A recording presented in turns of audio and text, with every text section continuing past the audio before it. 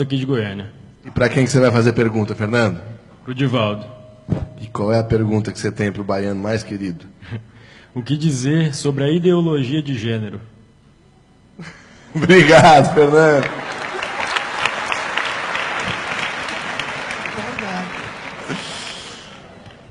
Pinga fogo, Di. Eu diria, em frase muito breve, que é um momento de alucinação psicológica da sociedade.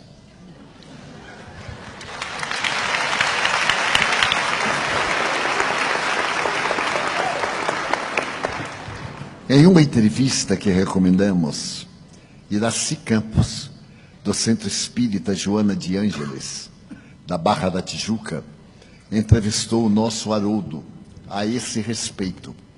E as respostas, como as perguntas, muito bem elaboradas, propiciaram a Haroldo abordar a questão do ponto de vista legal, moral, espírita e social.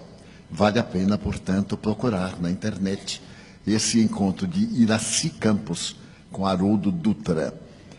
Haroldo disse, em síntese, eu peço licença a ele, que se trata de um momento muito grave da cultura social da Terra e que é naturalmente algo que deveremos examinar em profundidade, mesmo porque nós vamos olhar a criança, graças à sua anatomia, como sendo o tipo ideal. E a criança, nesse período, não tem discernimento sobre o sexo. A tese é profundamente comunista e ela foi lançada por Marx, sob outras condições, que a melhor maneira de submeter um povo não era escravizá-lo economicamente, era escravizá-lo moralmente. Como nós vemos, através de vários recursos que têm sido aplicados no Brasil nos últimos 9 anos, 10, em que o poder central tem feito todo o esforço para tornar-se o patrão de uma sociedade em plena miséria econômica e moral. Porque os exemplos de algumas dessas personalidades são tão aviltantes e tão agressivos que se constituíram legais e, porém, nunca morais. Todas essas manifestações que estamos vendo, graças à República de Curitiba, cujo presidente é o Dr. Moro, e deve ser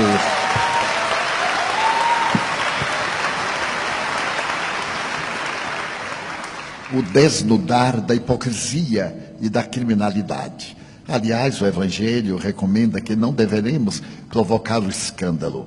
E o nosso venerando juiz não provocou o escândalo, atendeu a uma denúncia muito singela. E, no entanto, levantou o véu que ocultava crimes hediondos, profundos, desvio de dinheiro que poderia acabar no Brasil com a tuberculose, com as enfermidades que vem atacando recentemente, poderia educar toda a população e dar-lhe o que a nossa Constituição exige: trabalho, repouso, dignidade, cidadania. Mas determinados comportamentos de alguns do passado muito próximo estabeleceram o marxismo disfarçado e a corrupção sob qualquer aspecto como um princípio ético. A teoria de gênero é para criar na criança, no futuro cidadão, a ausência de qualquer princípio moral. Uma criança não sabe discernir, somente tem curiosidade. No mesmo banheiro, um menino e uma menina irão olhar-se biologicamente, sorrir e perguntar o de que se tratava aquele aparelho genésico, que é desconhecido. Então, nós devemos repudiar de imediato e apelar para aqueles em quem nós votamos, somos responsáveis, e gritar para eles que somos contra, totalmente contra, essa imoralidade ímpar.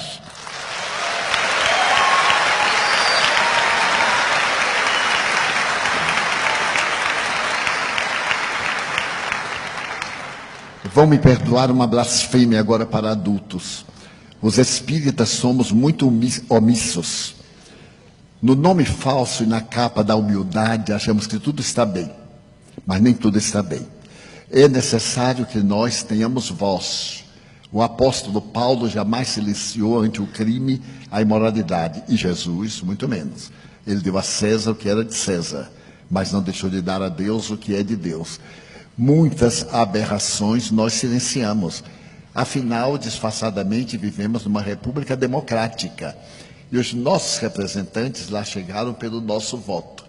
Já está na hora de acabar de votar por uma percata japonesa.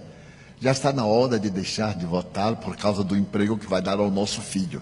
Pensarmos na comunidade. Uma comunidade justa não faltará emprego para todos. Uma sociedade justa, de homens de bem, de mulheres dignas, naturalmente estabelecerá as leis de justiça e de equidade. Então nós evitaremos essas aberrações. O aborto provocado, esse crime hediondo que está sendo tentado tornar-se legal, por mais que seja legal, nunca será moral. Não somos contra quem aborta por essa ou aquela razão. Falamos em tese, matar é crime, seja qual for a aparente justificativa. E agora, com a tese de gênero, estamos indiferentes. E de um momento para outro, pela madrugada, os nossos dignos representantes adotam. Falávamos ontem a respeito de cartilhas do Ministério da Educação depravadas para corromper as crianças e que as escolas estão devolvendo ao Ministério. Que Ministério da Educação é esse? Que estabelece fatos?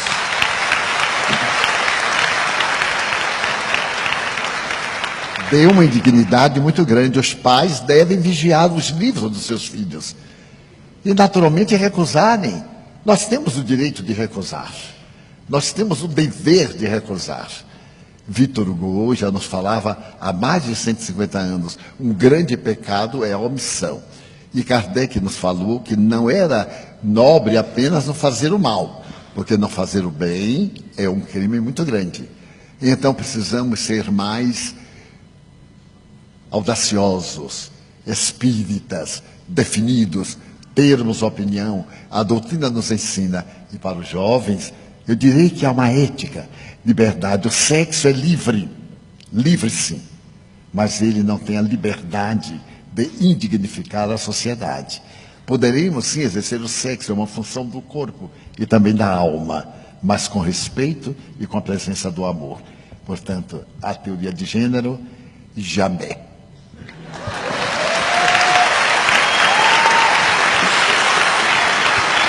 Muito bem.